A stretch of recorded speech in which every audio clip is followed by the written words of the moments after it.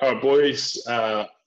Another specific workshop, skill specific today. So we're talking about kicking out of hand, and we have Munster's Tyler Bleyendaal, formerly of the Crusaders, and New Zealand under-20s, which the boys would have seen.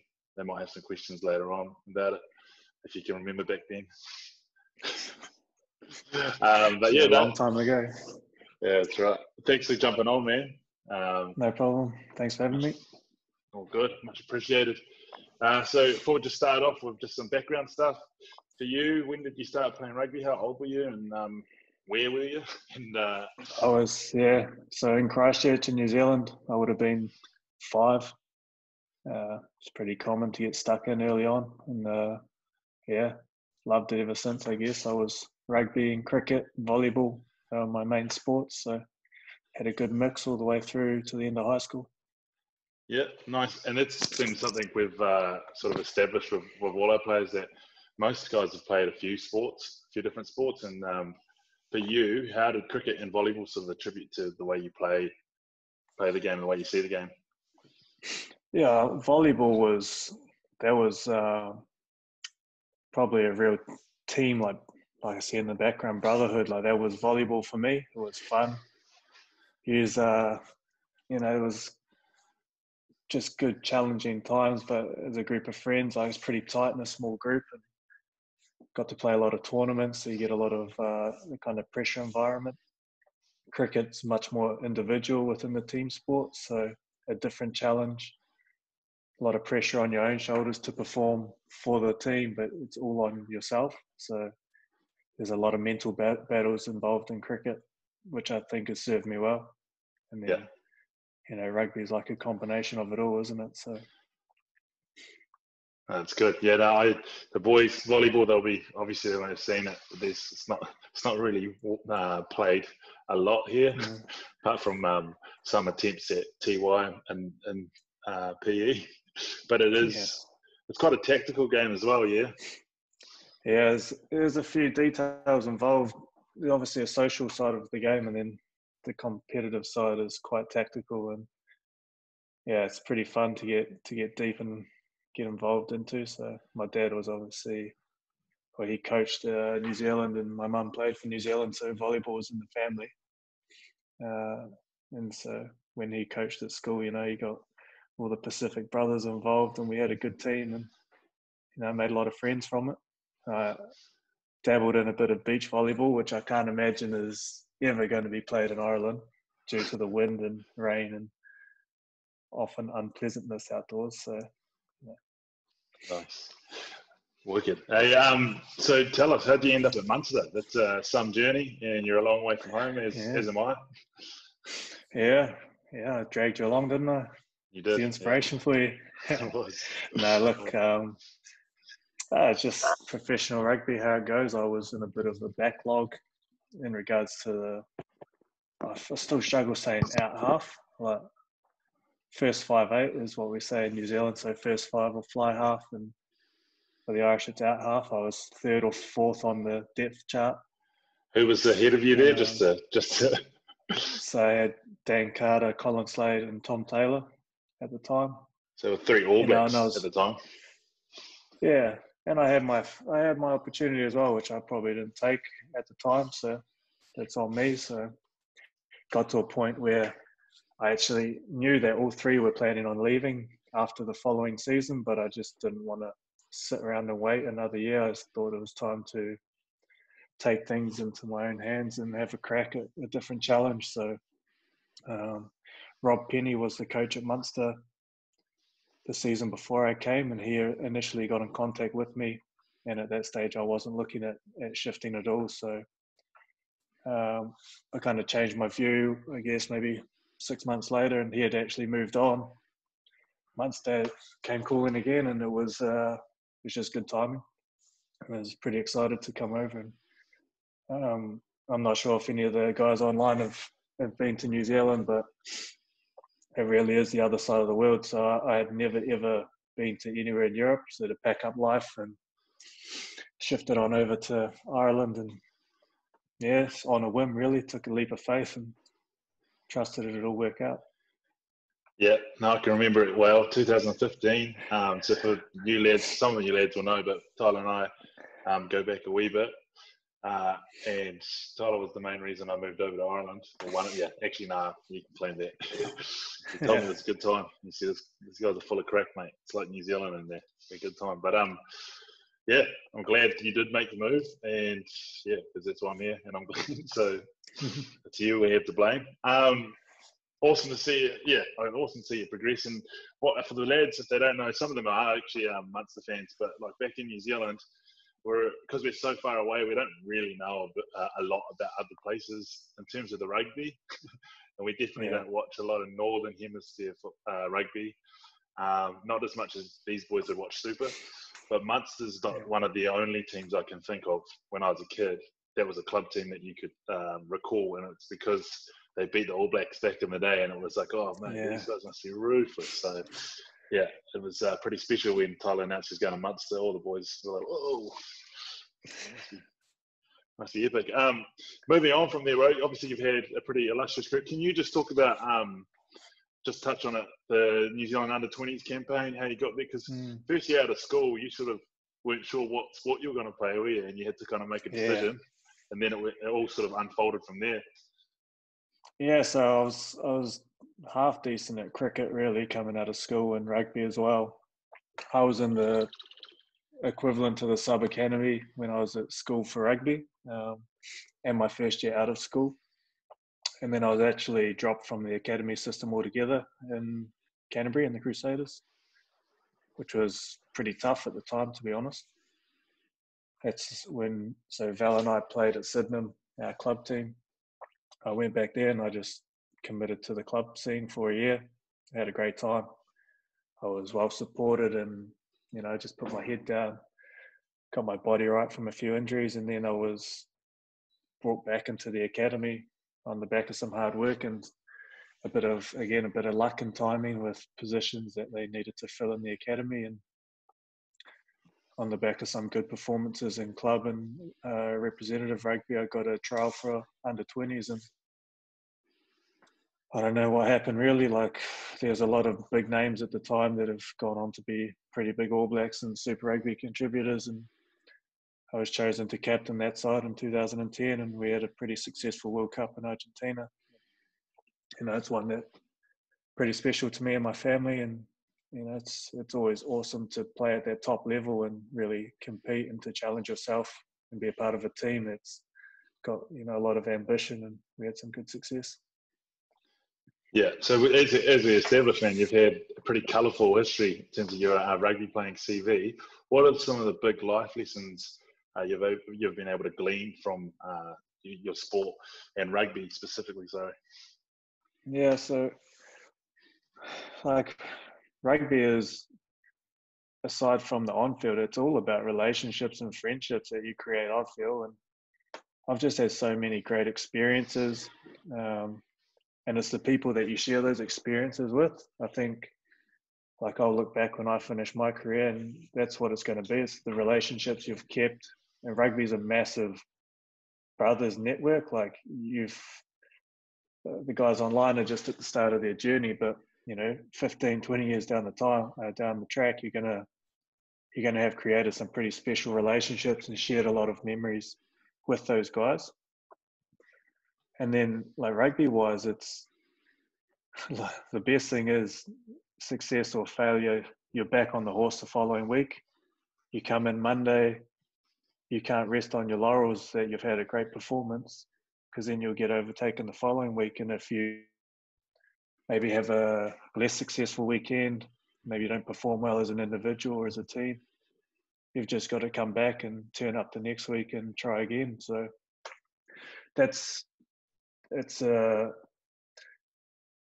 we have to do it. You choose to do it, but there's a lot of people out there that don't have that opportunity. They just tick through life day at a time, and they don't have to overcome those types of things. So I think you learn that as you go along as well. And it's just about how you face those challenges and get stuck in.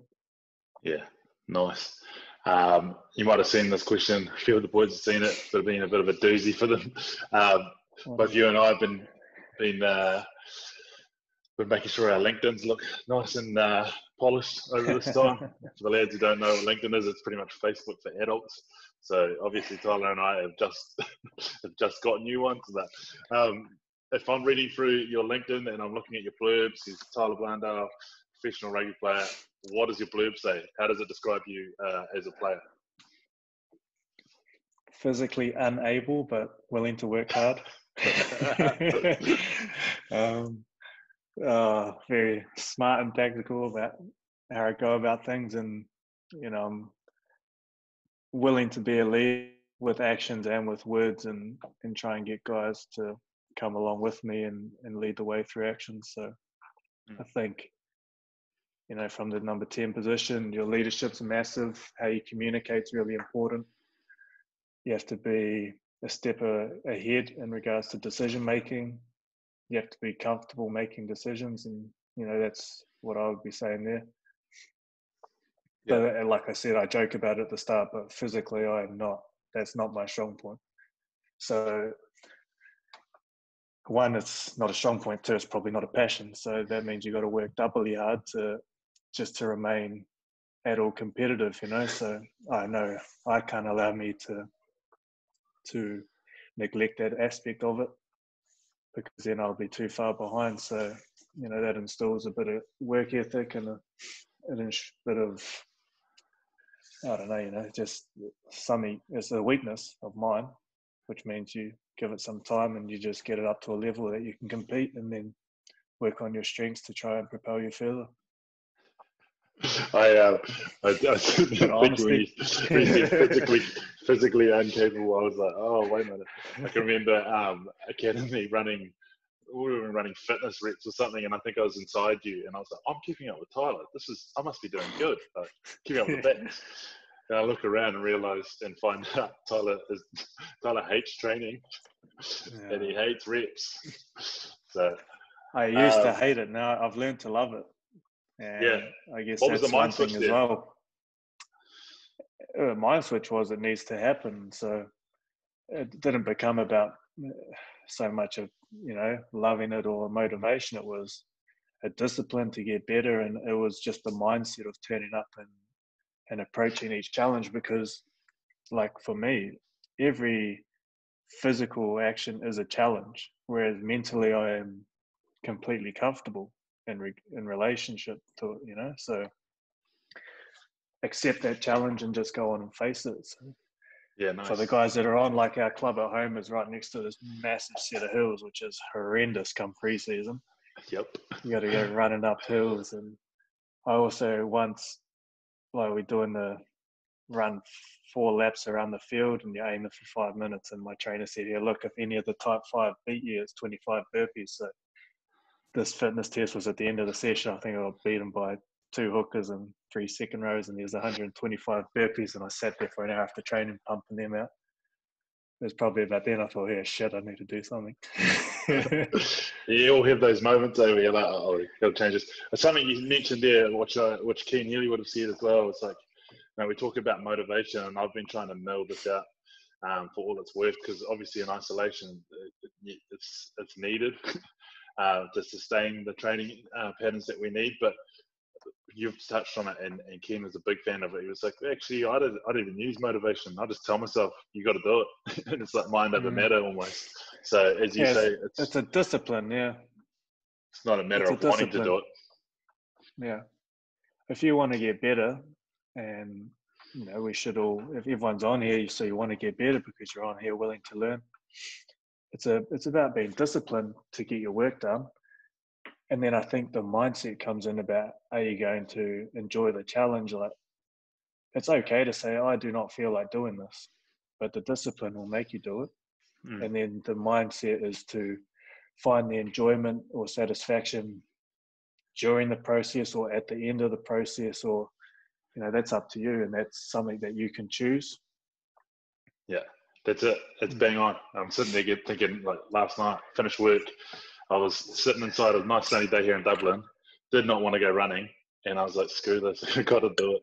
Went and did it. And the whole thing I could think of, like you say, you're not enjoying the reps. But all I'm thinking of is, an hour after I finished, chocolate milk, had a shower, Yep. feel good about myself, and I was like, okay, let's just chase that. So find Yeah. something. I think it's we were on a podcast last night, or a webinar with the All Blacks mental skills coach, and one of the things he said to us was lean into the pressure and lean into the pain. So it's good, really good advice. Tyler, man, with our teams particularly, obviously that's like you're the conductor there. You're really controlling the game essentially.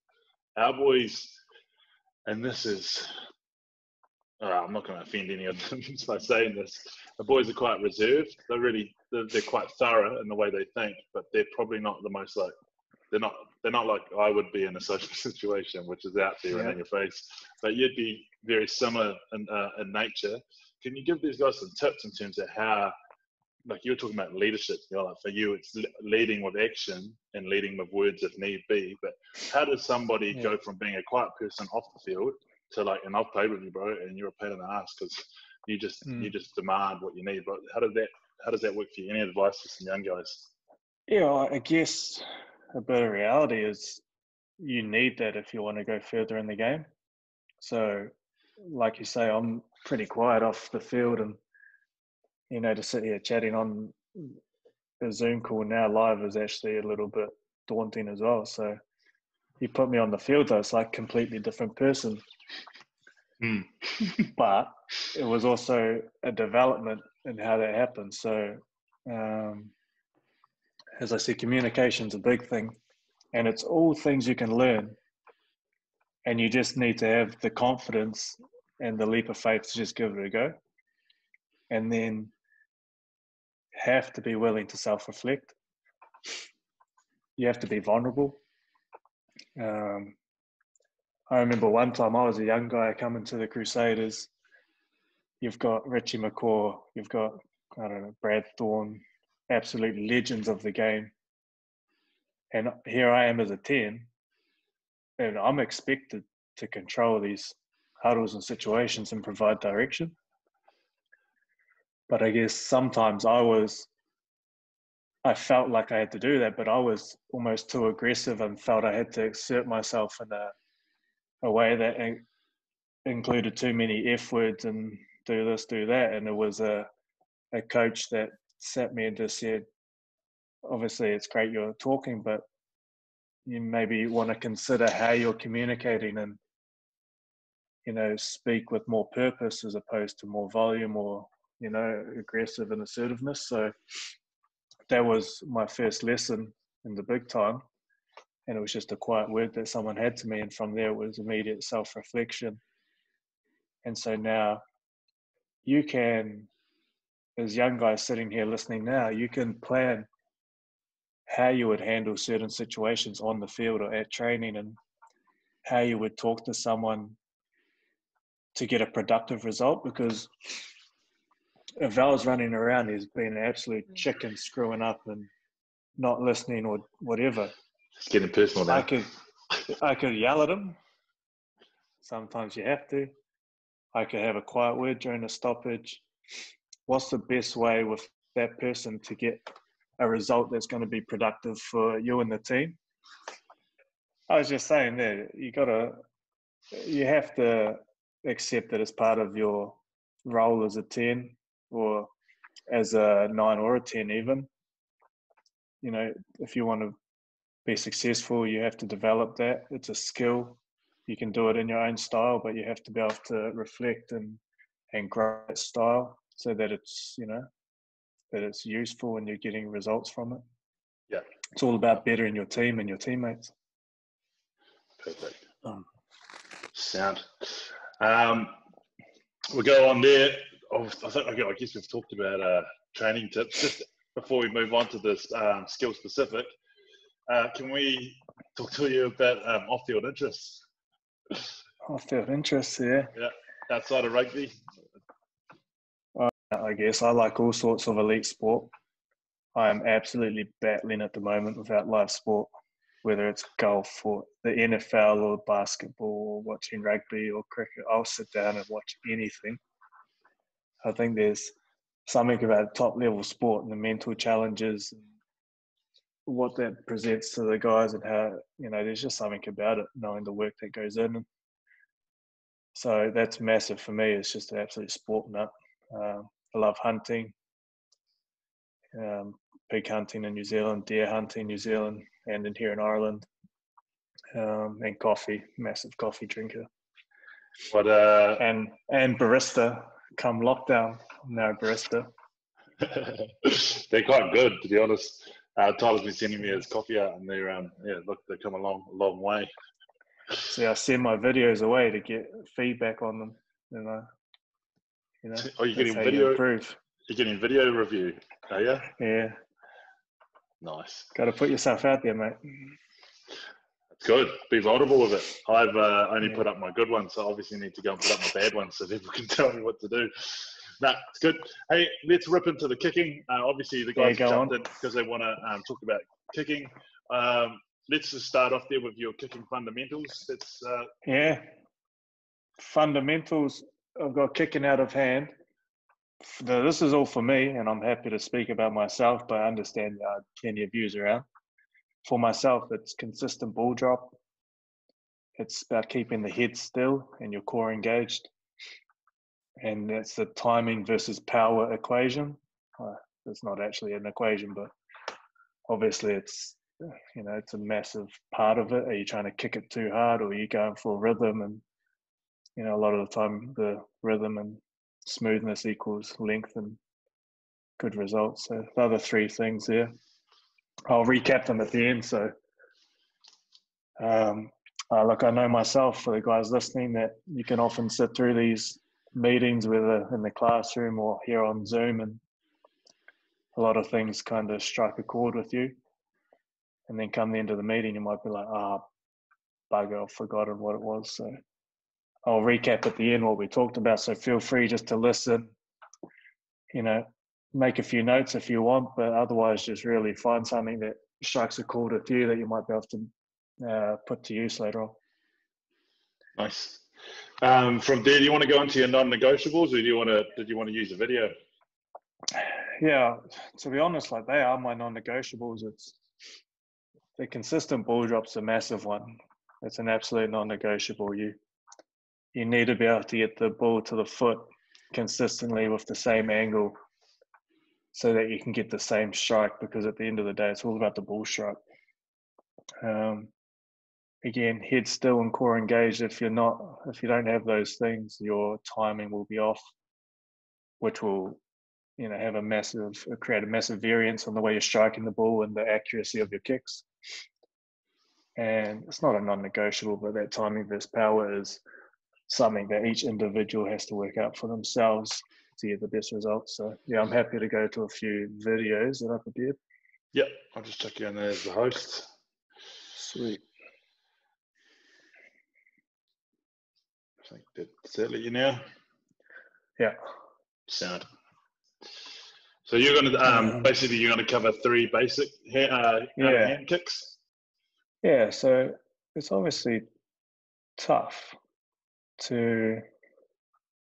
It's quite an elaborate skill, kicking. There's in the varieties and situations, and there's so many variables and different kicks. So we're going to talk about kicking out of hand today. I've put down three basic kicks. Now I'll give you all 10 seconds here so you don't get distracted. Okay, you got 10 seconds to look at my fake grass, the blue sky in Limerick, my lovely tan, my very old Lakers singlet, what shoes I'm wearing, what ball I'm kicking. Make sure you get all that stuff out the way now so we can focus. So blue sky in Limerick. Happen. Everyone's eyes start wandering and their minds start wandering. So all right, I think that's enough now. Yeah, nice. Blue sky. Blue sky. There was no clouds yesterday and I got a little bit bent, I'm not going to lie. Let's go. Oh, are we on the right one, mate? This one. Here we go. I have a dog as well. There he is. So the first kick here is obviously out of hand. And my dog's in the way. That's going to be that one. Where are you going? Maybe it's the middle one. Maybe it's not on there at all. Here it is, lads. Three kicks. out of hand. Close skill, maybe you're kicking to touch. There's you and the ball, and that's it. Catching a pass, kicking out of hand. There's many scenarios that happens during the game. The third kick is you have the ball in hand, you're running, and you kick with it. So there are 3 kicks that we encounter, I guess, out of hand during the game.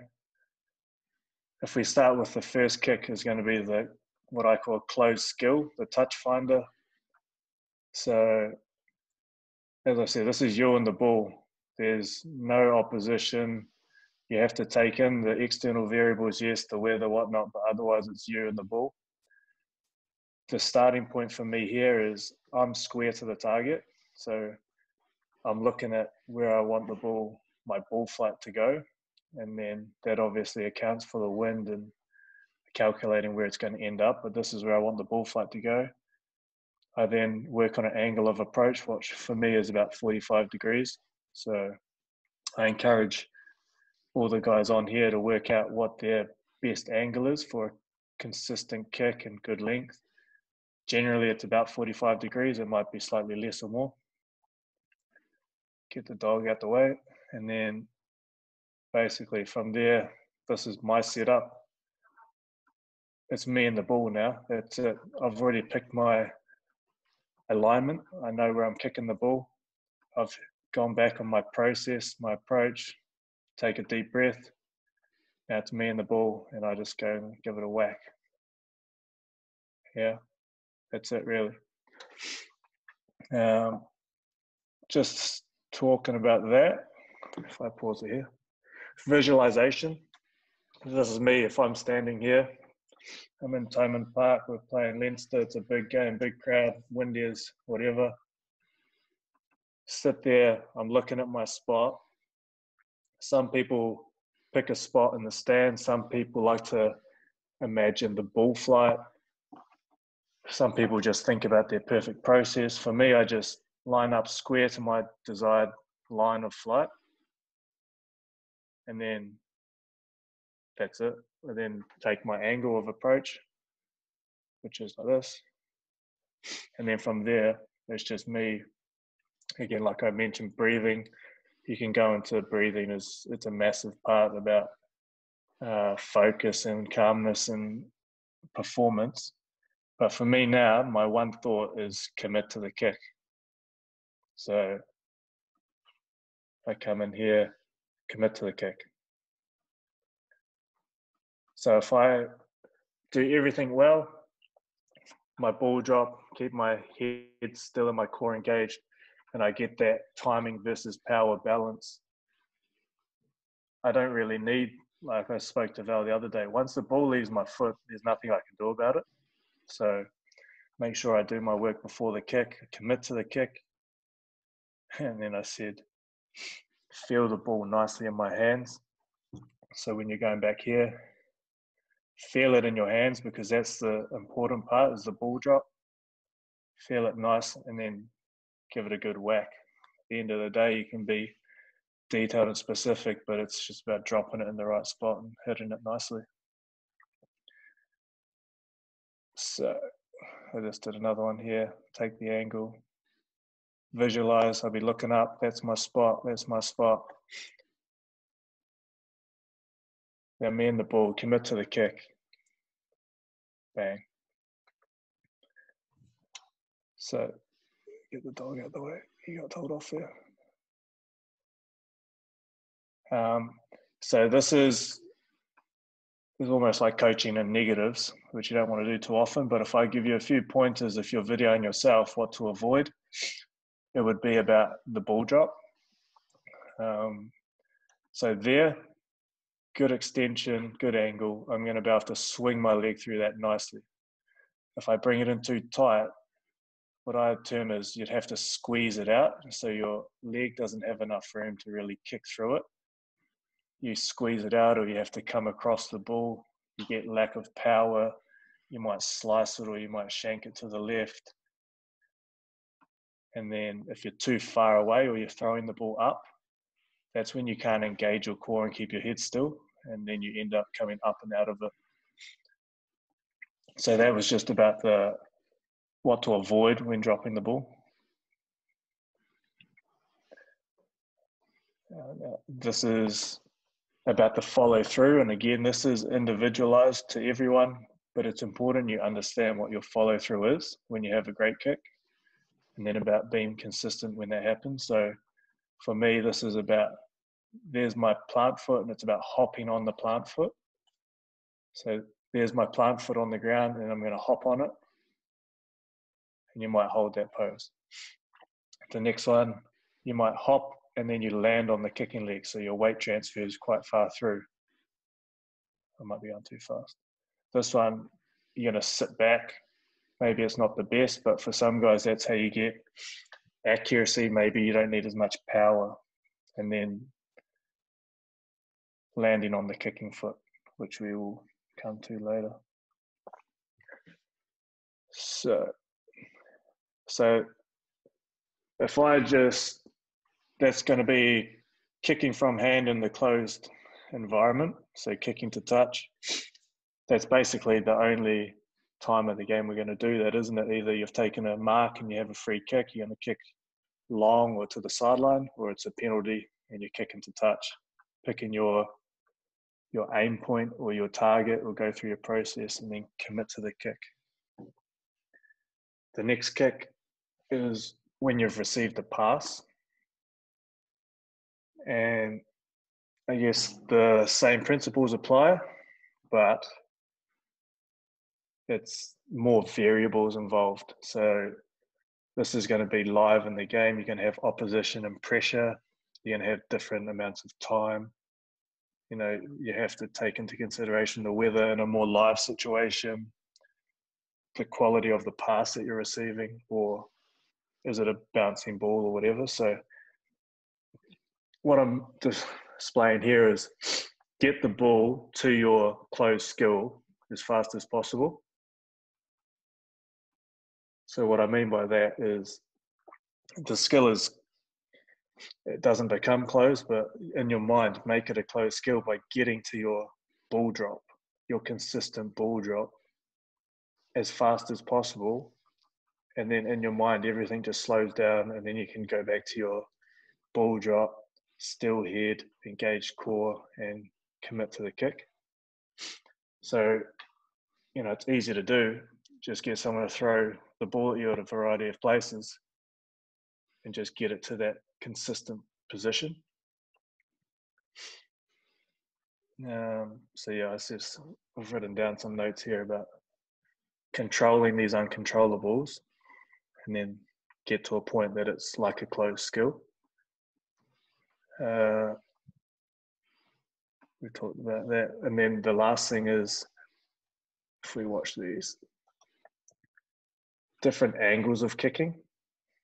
So when you're receiving a pass, if I just rewind them a bit, you might have pressure trying to charge you down, or the space on the field is in a certain place. You need to be able to kick to those spaces or away from the pressure. So you need to be comfortable kicking with different body angles. So let's say I've received the pass, I'm going to kick back over from the same direction. So there's a straight kick, come around the kick. Maybe you need to run around a bit of pressure. Maybe you need to kick back over the ruck. They're all things that you can play around with to get comfortable, but the same principles apply. And then the final thing is, if we're exiting and we're going to exit off our first receiver, off a set piece, off a ruck, often you won't have much time. Have a look at what I call the foot position. So this would be my plant foot. So I'm a right foot kicker. My left foot's on the ground. If I can be disciplined to keep that on the ground as I catch the ball. So now the pass hits me. It takes me 2 steps, 1, 2, to kick the ball. If I need to do it faster, if you put your kicking foot forward and you stay disciplined and you can catch the ball with that forward, it takes 1 step to whack that ball away. Now, much more difficult because you have less time to remain balanced and get your head still. but there's definitely times in the game when we need to be able to get the ball from our hand to our foot as fast as possible, but with good control. And the third one here is kind of keeping your feet alive. You might have a bit more time, and then you can pick your angle that best suits you, or depending on where the pressure comes from. So just to recap that, we're trying to get the ball from the pass in our hand down to our drop position as fast as possible, so that we can then go through our process as usual. Consistent ball drop is key. And then it's about being comfortable with kicking at different angles and body angles, depending on where the pressure is coming from and where the space is. So let's go out my kicking. All right. So this is what I call the ball and hand kick. So let's pause it there. Let's say you've got the ball has been kicked long, counter attack. So you can pick the ball up, you're running with the ball. Or if you're a winger or an outside back, you might get the ball running down the edges of the field. So you have the ball in your hand, you're running at the defense, and you might want to put a kick in. Or if a 9 or a 10 gets the ball off the set piece, off the scrum, maybe against a passive D, you have time with the ball in hand before you decide to kick it. So basically this kick involves running through the kick. The kick becomes an extension of your running. So you don't break stride, you're just running. And the ball, obviously you kick the ball, but you're still running. Side on here, my kicking foot is my right foot. I'm going to land on that, basically. This might be, so do this one again. So the same thing applies. We're trying to have our head still, we're having our core engaged, our chest kind of slightly down. We're getting good extension on the kick, but we're just running through the ball. And if I play it on here,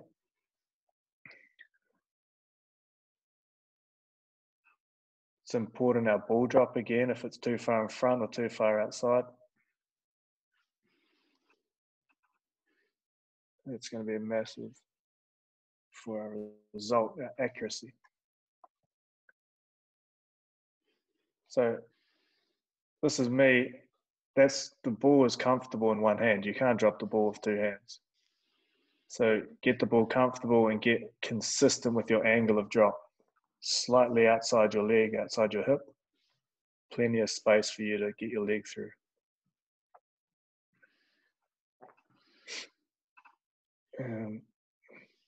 So this is what I mean by core engaged. For you guys don't know, that's not engaged. If your core is up and open like that, you're leaning back, you're not going to get the power and you're not going to get the consistency. That is good. So we're talking about engaging the core, keeping your chest slightly over, but we are not going to be crunched over where we get such lack of power because we're too compact. Because that's what's going to happen, is you're not going to have any room to kick the ball. That's going to be too high. So to me, this is a smooth, my weight is forward, my chest is slightly over, my head is still.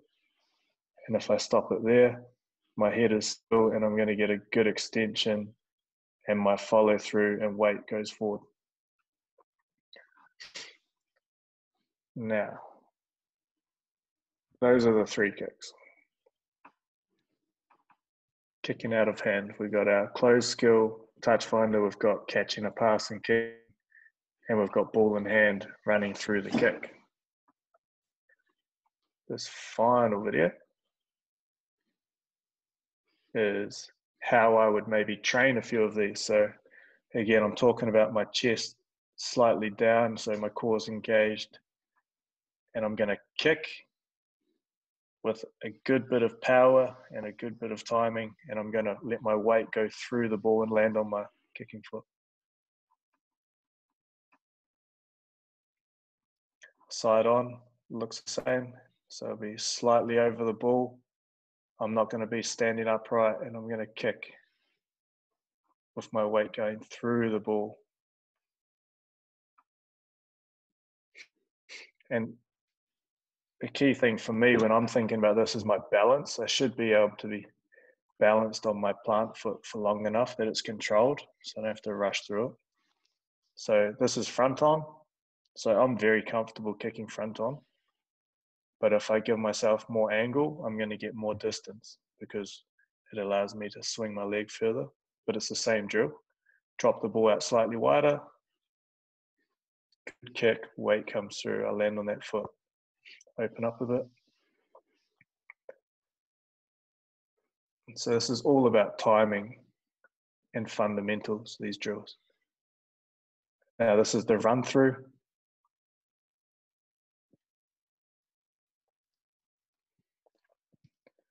Just running through. And these are all things you can rep out at the start of sessions, before team training, before kicking sessions. It's all about reps, but you have to be deliberate about what you're trying to get out of it. Don't just kick for the sake of kicking. We can all do that. We can all get bored easily if you don't have a focus and you end up kicking. So every time I'm kicking these reps, I'm thinking about my angles, my fundamentals, and I'm feeling that ball strike and how it feels. And then I should know if it was successful or not and why not. And then I can immediately look to correct the following reps. And this is my final thing about the technical side. If you want to kick the ball high, whether you're running through the kick or you're using more of a hop strategy, it's just about where you're striking the ball. So if I want to kick it low, I'm just hitting the ball lower to the ground and more under me, but my weight will still be forward and my head still. Now, if I want to kick it high, I'm just going to strike the ball earlier. I'm not going to throw the ball up too much higher. It's just going to be nicely out in front, and I'm just going to strike the ball, and I can still run through that. So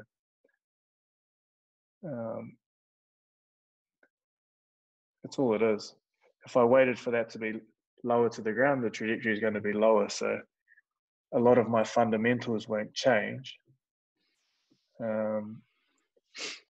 They won't change just because I'm looking to kick the ball higher or lower. So, look, I know I rattled through a good bit, and I'll come back to sharing my screen in a sec, but I know Val wants me to touch on one more thing, which is the mental side of kicking. And it, there's not too many positions in the game that have a really like isolated, individualized pressure. So like hookers throwing the ball or the kicker, it's such a closed skill and it's so reliant on you as the individual. But at the end of the day, you just have to have a process that you trust and understand that you can just execute the process as best as possible. And then once that happens, the result is out of your hands. So you don't have to, it's not the end of the world, is the mindset you have to have. So I think one of my best seasons goal kicking wise and, kicking around the field is when I was just more relaxed. I was a bit more realistic about the outcomes, and we're striving for perfection, but we're doing that with a plan, and we have good processes that we aren't changing day to day.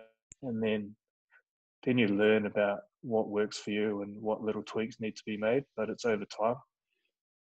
So that'd be big for me. Val, you might want to talk soon, but I just want to show one more thing if I can. If you have pens and paper or whatnot, just have that ready now.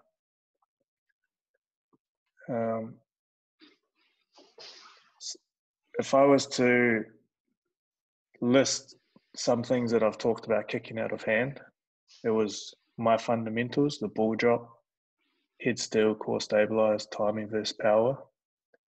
Other things we mentioned were about the angle of approach, which is your process, maybe visualization, committing to the kick, types of follow through, funneling the uncontrollables, kicking for one step or two step, or on the run, different body angles, different trajectories, and the mental side. But with your pen and paper now, like, you should only really be picking one or two things that really stood out to you. When I was baffling on through those videos, if you weren't distracted by the blue sky or my bad tan or the dog, what really struck a chord with you there? There must have been, well, maybe there was nothing, maybe you're happy as you are, maybe it wasn't right, but if you agree or disagree, or you want to discuss something further, or there's something on here that you've never thought about, or there's an aspect that you know if you improved, it would help your game, or maybe there's something you want to add to your drills, or there's some cues that you want to develop. Pick one or two things and then make it a behavior or give it an action. How's it going to get better? And how's it going to become part of what you do? So that'd be, in a nutshell. I've probably gone on too long, but I hope it was useful enough, No, that's good. You did real well to keep talking for so long without any feedback. That's tough work. Yeah, I know. I just have to block that bit out. I was surprised you didn't pipe in, to be honest, because you normally don't shut up for that long. Nah, left it to you, mate. You're the expert.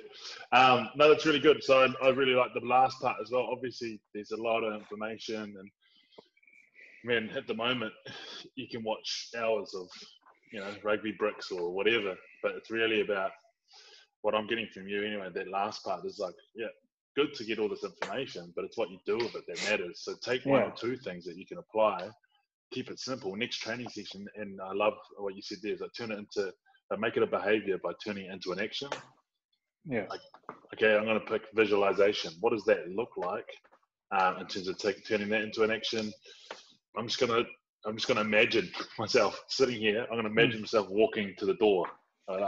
Sounds a bit weird and a bit out of body experience, but that's what I mean. It's like a practice or a behavior or an action. And then next time I'm down the field, okay, before kickers already have it because I'll be picking a line of sight. But actually, like, and not that I do it in games, but the satisfaction I get when I'm like, right, I'm aiming at that light post in the back corner. And I can see it before I do it, and then I execute it. That satisfaction's massive, eh? So, it's putting actions on what you want to work on, essentially. And that's the key. I was going to say, we've got a lot of time at the moment, and like I've seen the schedule that you guys have available to you and the quality of guys that are coming on and talking and sharing their experiences. So it's an important time because like professional level or school level or club level, when we come out of this lockdown and we start our seasons again, it's a real chance to be ahead of the game. But you don't have to reinvent the whole wheel. It's just what can you do as an individual, and obviously as a team, you have your programs and stuff, but as an individual, how can you maybe add a few little things that you've trialed or played around with or looking to improve, or even just have a plan of what you want to do and achieve? You come out of it the other end and you're already a few steps ahead. So it's a key thing there, is just writing a plan, and as Val said, put an action down so they become behaviors, because that's who you are then. And nice. That's how you're held accountable. Lads, check down. If anyone's got any questions, feel free just to jot them out in the chat. Woody, if you've got anything that you want to, I know that Woody does a lot of kicking these days, so he might be returning of kicks, should I say. So he might have some questions.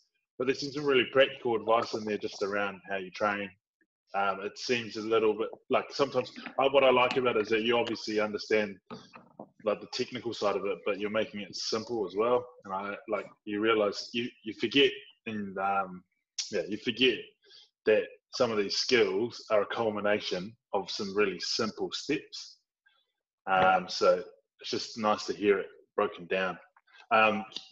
Questions come in here. You go. It's really like, if you don't have a plan and you don't know who you are and what makes you kick well, then it's very easy to imitate Johnny Sexton this month or this season, and then next season you're Owen Farrell, and then you're now Dan Carter with a right foot. Like, you just kind of, it's fine to use aspects of what you see, but you need to make sure that you're comfortable with what you do to get the best results. And it is about looking at what other people do and applying or saying that's not applicable to me, but don't go changing too many things too often, because you'll run around in circles without making any progression. A couple of questions come in. Far away. No, a couple of questions come in. First one, I was going to ask you about it. I love spiral kicking. What's your opinion on spiral versus the drop punt? Yeah, much more difficult, I think, to get consistency for myself. Mm-hmm. But a lot of the same principles apply. So those drills I was doing there with the balance on 1 foot and kicking, exactly the same things apply for the spiral. You just have a different ball drop, obviously. You're still trying to strike the ball, and your legs finishing, like 10 or 11 on the clock. You're not trying to actually cut across too much. The low trajectory ones, if you want the speed, but can be good on a dewy or wet day where they skid on, or if you're looking for massive distance, you might be able to. But again, it's about timing versus power, and it's about consistency of ball drop. That's a much more difficult skill to master. And I'd say you've got to work out the balance of time put in for production you get. If you're going to use it, practice it, go for it. If you're not going to use it, be realistic about how much time and effort you're putting into it. Yeah. So there's a balance to be made. But on a normal training week, how many reps would you rep out, and how often would you train it? Yeah, so I would probably kick the least out of anyone at Munster. One, because I had a pretty bad quad injury, so I just couldn't tolerate it. But I don't agree with kicking reps for the sake of reps. I kick for quality. I put a limit on it. Often goal kicking, it might be 10 or 12 reps is all I'm kicking. And it's up to me to kick well. And I need to get to that immediately. And if I don't, I can miss the last kick and I'm off the field. I'm not going to sit there and bang 3 more until it goes over. For me, it's about, if that's the case, why did I miss it? Oh, tough luck, mate. You're going to have to live with that.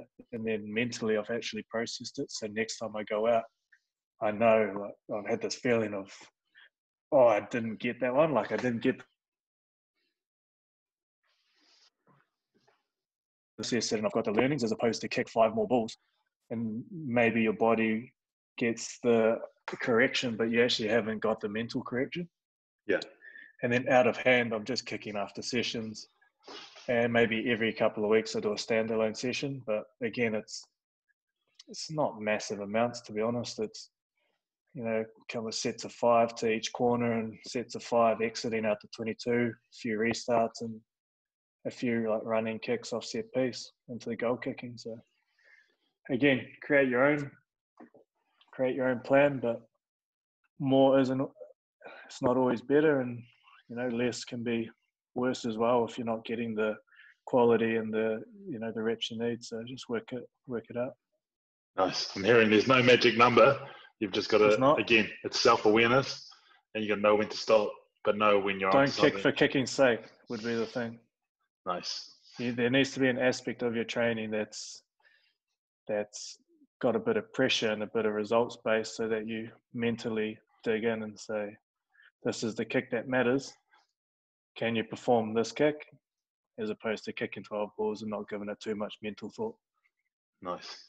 How long did it take you to nail the old 1-step kick versus the 2-step? We're talking about that's a setup. And then I know it's a massive, it's actually counterintuitive. It's not natural. So obviously it's going to take a wee while. And how did that adjustment work there?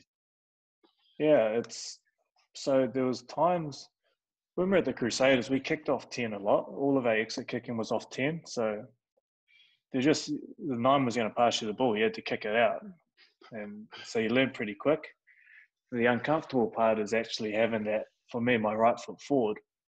and it has to be a little bit live, but you need to kind of be like, ready, catch the ball. And as you're catching the ball, you're almost in motion to do that one step and kick it. But it's just be deliberate. So if you're not uncomfortable, you're probably not going to learn. So you need to put yourself out there, understand what you're trying to do, and then just have a go. Be comfortable with being uncomfortable. And I think over time it'll become part of your game. Having someone there that's looking over you as well, and being able to give that immediate feedback, or you learn yourself to give immediate feedback so that you don't waste the next few reps after that as well. Nice. Question coming here, probably from Mila's probably on the outsides or the fullback position. So you're in counter attack, they've kicked you. You're looking for a territory. What pictures are you looking for, and how do you know? Obviously, you're waiting for information to come from outsides, but what are you looking for? Yeah, so if you're looking for territory, it's a little bit tactical, but if you're looking for territory on the field, then does it matter where they are? I'm not sure. Like if you have, say, a couple of squares on the pitch, might be center and the two edges around the 22. If you have those areas that you can hit consistently with good length and either good hang time, or if the space is open, there's no one there and you can hit it a bit lower. Some of the cues don't matter so much because you'll be able to pin them in positions where their options are limited. So if Val's standing back in and around the 22, but I know I'm in a good position to hit it to him or just over him, I can give it a good whack. And then he might just kick the ball out anyway, 30 metres from his line, which is a win. Or he kicks it back and we get another counter-attack opportunity. So I guess the question depends if you're looking for space or if you're looking for territory. The thing is, once you commit to kicking the ball, you need to commit and go through your process, because if you're looking for that picture or that cue too late and there's indecision, you're not going to run well and you're not going to kick well. So, yeah, you ask what cues you're looking for. That's quite, it's an open answer, I guess, but I'd ask it back to you and say, or I'd tell you, know your cues that you're looking for. If you're in the back three, if you see the wing is high, in your head you might think, I'm going to kick that flat ball over the top of him. If the guys are deep and there's three guys back, you might immediately say, I'm just going to run this, or I'm going to kick the contested ball up top. So you should develop with your coaches and your game plan what cues to look for. Trust them. Once you see them, trust them, and then just commit to that kick or that decision you've made. It's basically what you're doing is it's a measurement. It's a simple measurement. You're going, you're adding that plus that equals this, and it's that equation, eh? Yeah. So what you're something saying, you have pre-programmed. Yeah. I think it's an equation you have in your head that you've already thought about. So that goes with visualization. So like if we're talking about, okay, what pictures are we looking for? Exactly what you said. Wing is up flat, fullback is out of position or late. That equals, I know exactly what to do. And the same goes to like not just the kicker. It's and I've been talking to Woody and the others. Brent Frew used to say, I don't know if you remember Frew, he used to say, he's the one that gave me the communication advice. Oh, did he? Fearless F words, did he? Freebie said, and I think you might remember it, but Freebie used to say the best team in the world is the team that sees a picture and can react in the same way without even having to tell each other. So you see that picture, you go, Milo's bringing it up from the back, and everyone knows where he's going to kick it next because we've prepared for this. We know how they work, and it's that preparation and visualization beforehand. Yeah. Nice. No other questions here. Lads, I'm about to wrap up. If you do have any questions, you can probably sneak it in there. Mate, any last bits of advice for these guys? Take yourself back to, let's go fifth form. They won't know what that is, but fifth form. I was a young fella then. Yeah, mate. Any bits of advice for a young, aspiring rugby player? Yeah.